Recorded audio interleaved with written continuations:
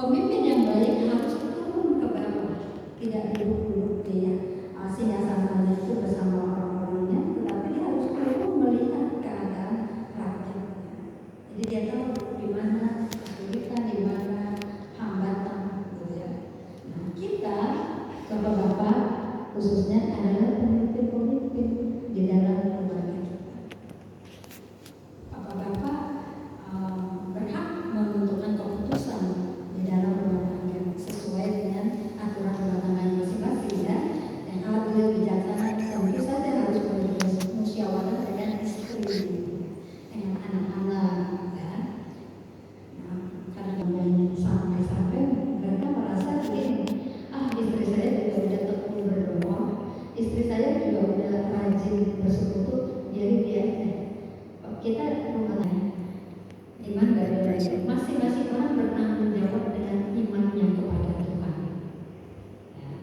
Jadi memang harus menolong suami, istri, anak-anak hidup bersama-sama dengan dalam persekutuan dengan iman ya, dengan iman dalam arti rajin menggali isi Alkitab, sediakan waktu untuk Tuhan, untuk bersekutu. Di ayat yang ke-11, timbangan dan neraca yang betul adalah kepunyaan Tuhan. Segala batu timbangan di dalam pundi-pundi adalah buatannya.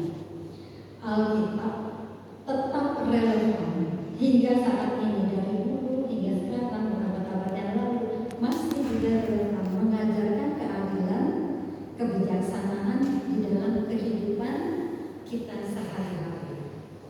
Ya, banyak dulu ya saya lihat, kalau saya tuh disuruh ke pasar sama mama. Yesus Kristus Paten. Pasar itu kalau pasar jalan Res deten Paten. Sudah sofa namanya pedagang itu curang. Kalau kita mau beli barangnya, dia jadi punya dua dacin itu dua batu-batu timbangan itu. Kalau kita yang membeli, dia kasih dacinnya yang berat. Supaya apa? Pada waktu kita beli, berikan dacin yang enteng. Supaya apa? Dapat barangnya banyak. Nah, sering itu pedagang-pedagang curang. Nah, sikap-sikap seperti itu namanya tidak jujur. Tidak jujur membuat kehidupannya sebenarnya tidak bagus. Sekali dia berbohong, dia akan mengambil lagi jalan pintas yang lain, menutupi kebohongan yang pertama. Ambil lagi jalan pintas yang lain, membohongi lagi kebohongan. Akhirnya hidupnya itu terlilit-lilit dengan kebohongan, sehingga dia rugi sendiri karena orang-orang udah gak percaya lagi. Ya, saya tuh merasa kalau saya bawa mobil isi bensin, nggak semua pom bensin itu sama loh isinya. Kalau kita isi 200.000, belum tentu sama. Kalau kita lihat ininya, jalurnya bensin itu. Jadi memang ada pom bensin yang curang. Nah, biasanya kalau saya tandain, kalau pom bensin yang curang saya nggak mau kasih lagi.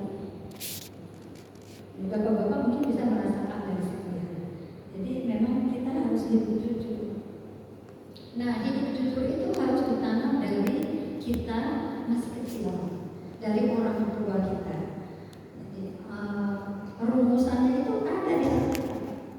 Di Alkitab Ulangan 6 ayat 7. Alkitab Ulangan 6 ayat 7 itu mengingatkan semua orang tua. Itu Amsal. Ada keseimbangan. Itu Amsal.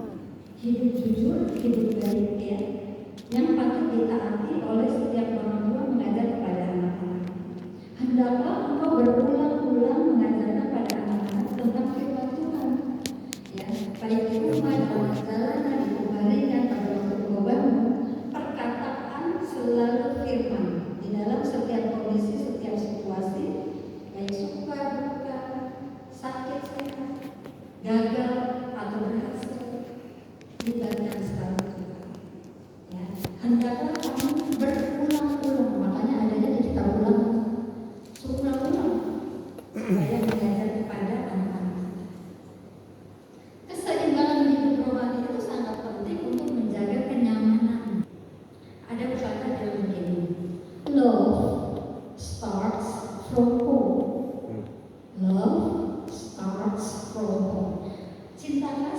dimulai dari rumah. Kita ibadah seperti ini, ibadah ritual. Tapi cinta kasih yang dimulai dari rumah itu adalah ibadah setiap hari. Setiap hari kita beribadah bersama keluarga.